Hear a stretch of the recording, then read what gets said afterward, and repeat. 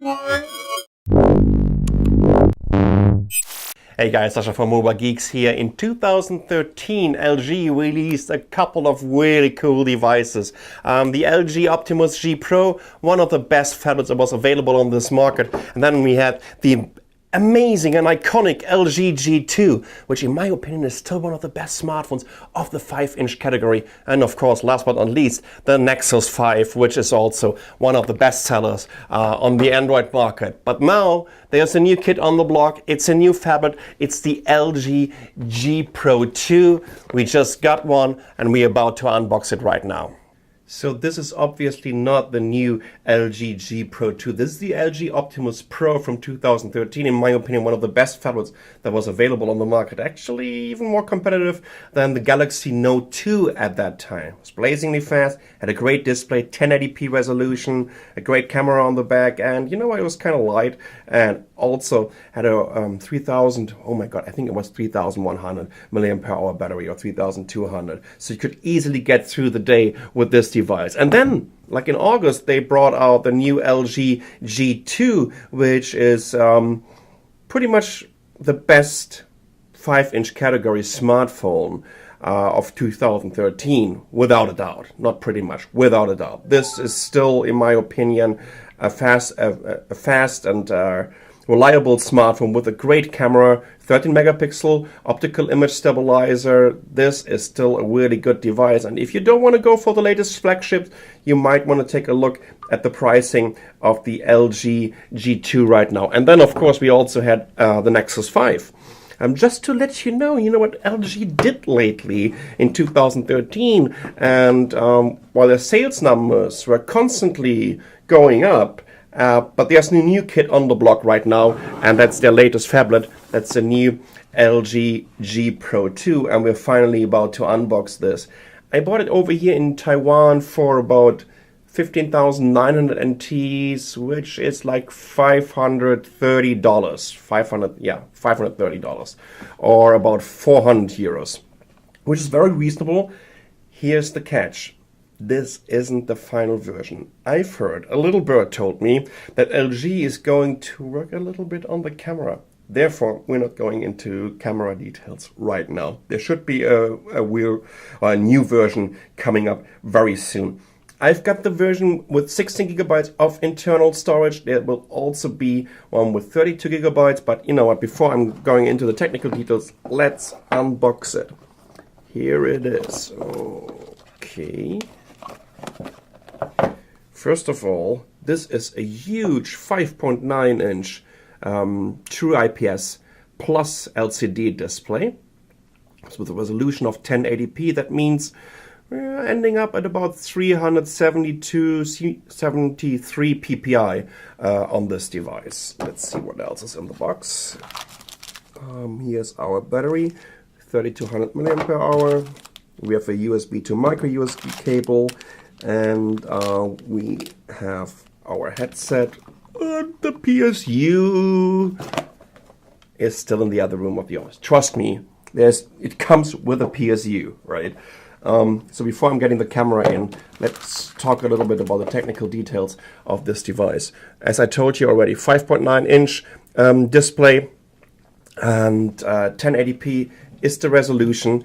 It comes with a Qualcomm Snapdragon 800 quad-core that's based on the Crite 400 architecture, and it's clocked at 2.26 gigahertz. That also means it comes with the Adreno 330 GPU, which is still one of the fastest combination that is available on the SoC market right now. It has 3 gigabytes of RAM, and I told you already 16 gigabyte or 32 gigabyte of internal storage that you can upgrade with micro SD cards of up to 64 gigabyte. I'm pretty sure and confident that there will be also some 128 gigabyte SD cards that you can fit in there. There is a 13 megapixel camera on the back, and once again, as the camera on the LG G2, it is 13 megapixel with an optical image stabilizer. On the front, we have a 2.1 megapixel camera, which is good enough, to do all your selfies and, these things.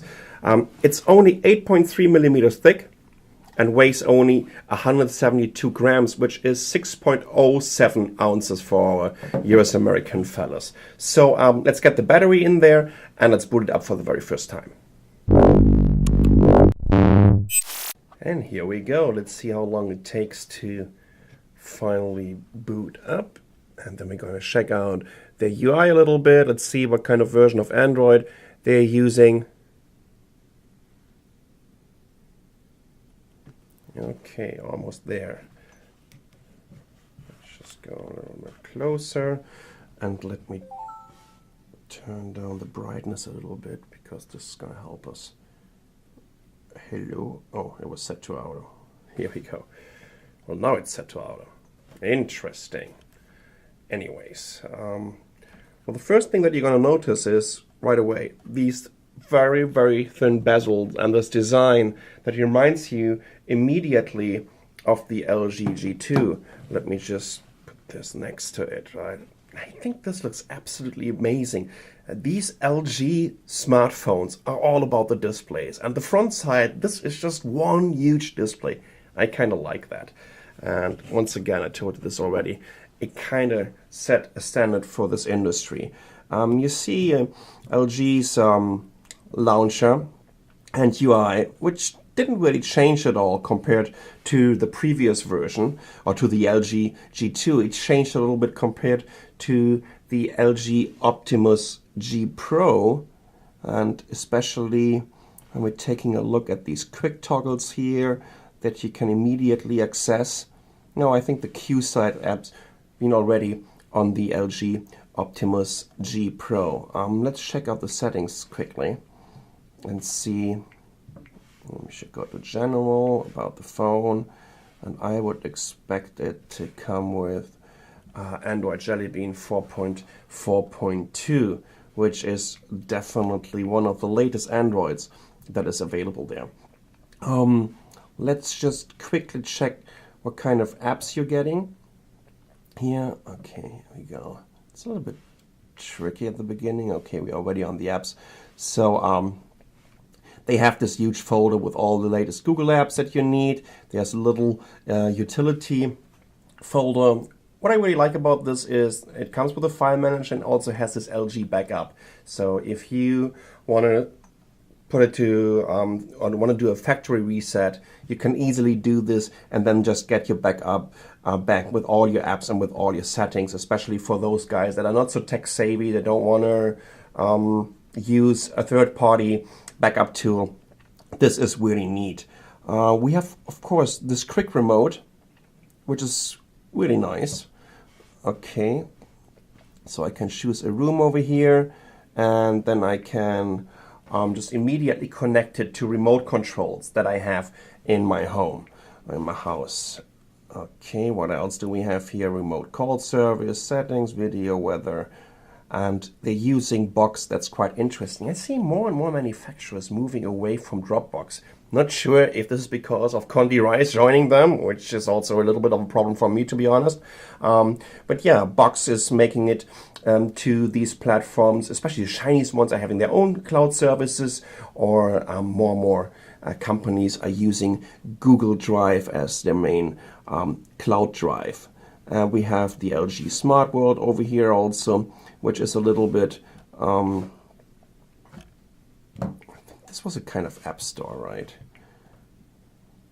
Okay, it's updating it right now. I'm pretty sure that we can also do this in the background and check out what else we have here.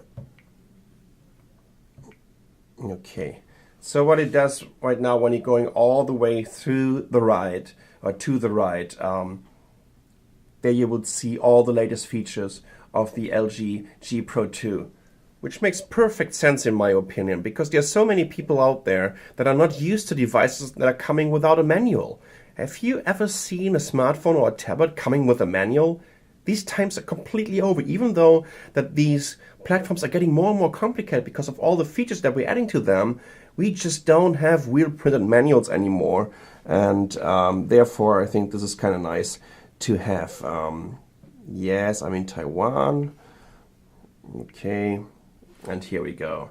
So I would guess that these are some optimized apps and optimized themes and customization bundles. Here we go for the LG G Pro 2. So what I'm about to do with this device right now, I'm having a little bit of a holiday vacation through the Easter holidays, and going to the south in Taiwan.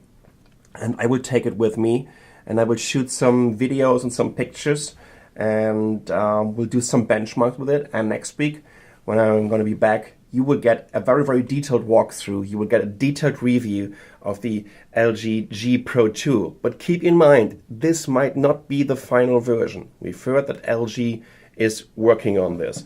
But you know what? The first impression of this device, as you can tell, I think I completely forgot about this, 4G LTE. And of course, as on the LG G2, we have these buttons on the back, which is also kind of neat. So there will be a new version. We will let you know when it's coming to the market, how much it's going to cost. Right now, this is around $530. So this is a first impression, an unboxing, and yeah, a little bit of a kind of walkthrough. Well, I wouldn't call it walkthrough. Sorry about that. But you know what? Let me know if you have any questions. Just get it here into the comments. Subscribe to our channel and wait for our review video of the new LG G Pro 2. I'm Sascha from Mobile Geeks. Thanks for watching.